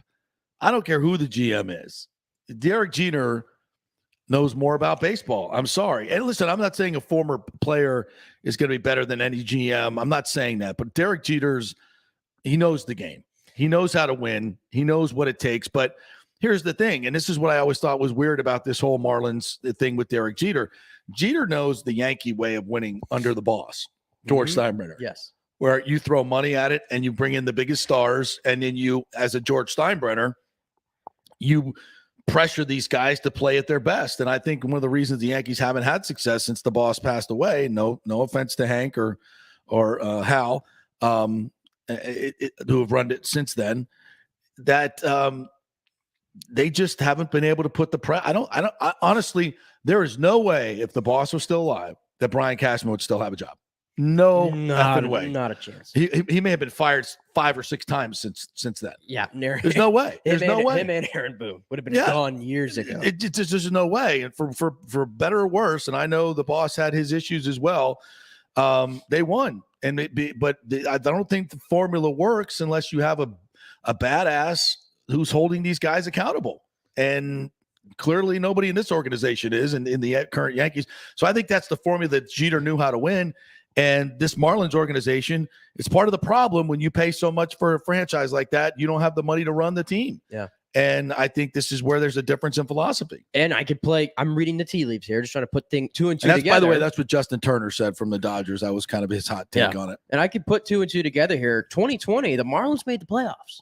And they spent a little money. They went out and acquired Starling Marte. They actually kind of reverted away from what they've been the last few years. And they got a good young pitching staff. And they do. And then they brought in, Kim Ng, and she resumed operations this year, and they went right back to where they were, and they traded off a lot of the high pricier assets. I mean, I'm just reading it. Maybe that obviously clashed with what he did before when he was there. Yeah. So how does this affect Tampa Bay? Would Jeter come back here? I mean, his house is already sold. Yes. So that's weird. I don't think he's going back to New York. I don't think he's going to stay in Miami with that, situation. No. And there's an ownership group that needs to, and I talked about this yesterday with some very high level people that are very interested in getting Stu to sell the team. And I think Major League Baseball has shown their distrust maybe or whatever in smacking down the sister city plan, which we knew was going to happen. I've told you this, owners that have been quoted, the gig is up with Stu. They're done with this revenue sharing bull crap. That's one of the things that's on the table. They don't want to do it anymore. They don't want to give the money to these teams. So everything's heading away from what his success template has been. So if there's ever a time for him to cash it out, this is it. I think Major League Baseball wants him out for a lot of different reasons. And they know that they can get this stadium deal done now. I think we're going to find out in the next few weeks that this, what's going to be proposed, Hillsborough County is going to come up with half the money and the Rays are going to be asked to pay half. And if Stu doesn't want to do it, I think Major League Baseball is going to force him to sell. And maybe Jeter can kind of reconstitute this local group here by the Rays and we'll have some local ownership. I mean, there's a lot of ifs and there's a lot of, I'm just putting out a scenario. I'm not reporting this is going to happen, but I see, there's a lot of connecting the dots here that could happen. And I think that would be the best for Major League Baseball, which is obviously have a huge interest in this marketplace. I think it would be the best for Stu, get the hell out of here, be the best for everybody around here. He's worn out his welcome here. This sister city thing has pissed off a lot of people. They lied to a lot of people. There's a lot of these power brokers are fed up with them. The politicians are fed up with Stu. They've not dealt in good faith with them. Everybody's sick of it. And, I've been talking about this for a long time, that he is the issue, the singular issue in all of this. And everybody has kind of come to that conclusion now. I'm not patting myself on the back, but I think it's apparent now to everybody else. And that's where the problem lies. And they can fix everything with local ownership. Let's get it done. Let's get it done.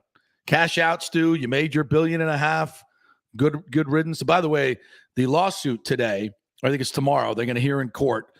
And the judge will decide whether this is going to go through in a public venue with a jury trial or whether it's going to go to an arbitrator.